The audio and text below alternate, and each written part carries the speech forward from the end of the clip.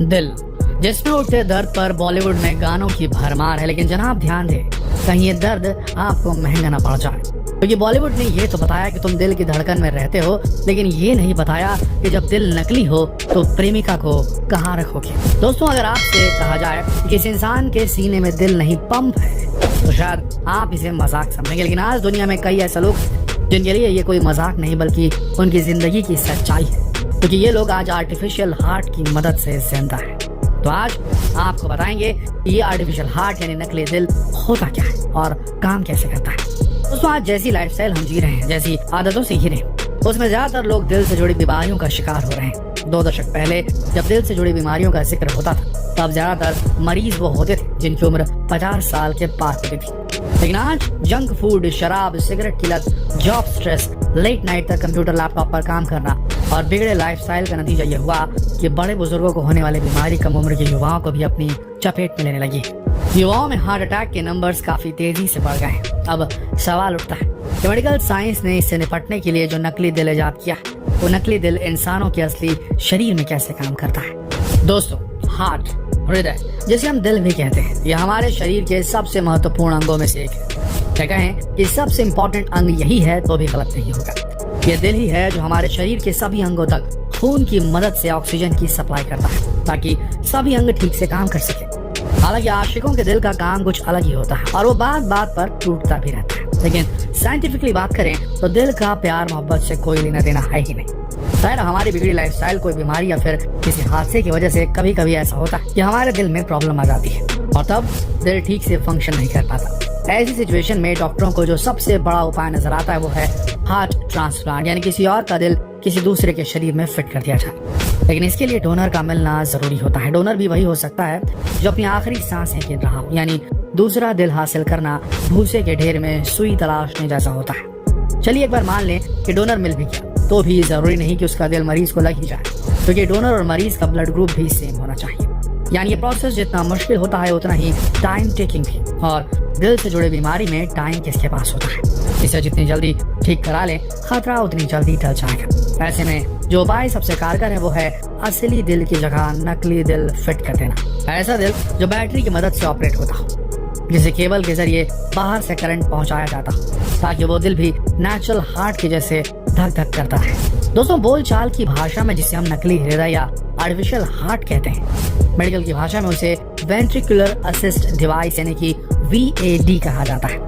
ये डिवाइस बिल्कुल एक पंप की तरह ही काम करता है, माने ये किस्म का पंपिंग मशीन ही है, क्योंकि जब बीमारी की वजह से हमारा नेचुरल हार्ट बॉडी में खून को ठीक तरीके से पंप करना बंद कर देता है, तब इसी आर्टिफिशियल पंपिंग डिवाइस को हमारे शरीर के अंदर इंस्टॉल किया जा सकता है, क्योंकि ये डिवाइस हमारे नेचुरल हार्ट से काफी डिफरेंट होता है। इसीलिए इसको ऑपरेशनल बनाए रखने के लिए इसमें बाहर से करंट की सप्लाई करनी पड़ती है। इसके लिए डॉक्टर्स मरीज के बॉडी के ऊपरी हिस्से एक पतला सा कट लगाते हैं और उसी के थ्रू वायर को पास कराकर उसे नकली दिल से जोड़ दिया जाता है। ध्यान देने वाली बात यह है कि इसी वायर का दूसरा सिरा बॉडी के बाहर बैटरी लगे उस डिवाइस से जोड़ दिया जाता है, जिसके जरिए वायर में करंट की सप्लाई की जाती है।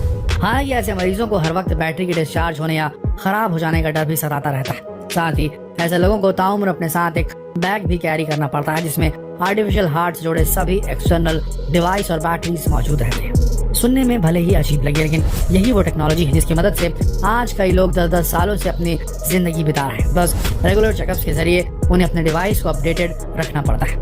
वैसे आपको बता दें कि मेडिकल साइंस ने तो अब ऐसा दिल भी बना लिया है जिसे बाहर से वायर डालने का कोई झंझट ही नहीं, और इससे इन्फेक्शन का खतरा भी काफी हद तक कम हो जाता है। वैसे आर्टिफिशियल हार्ट भी बैटरी से ही ऑपरेटेड होता है, जिसे मरीज अपनी बेल्ट पर कैरी कर सकता है। इसी बैटरी से हार्ट को एनर्जी मिलती रहती है और वो धड़कता रहता है।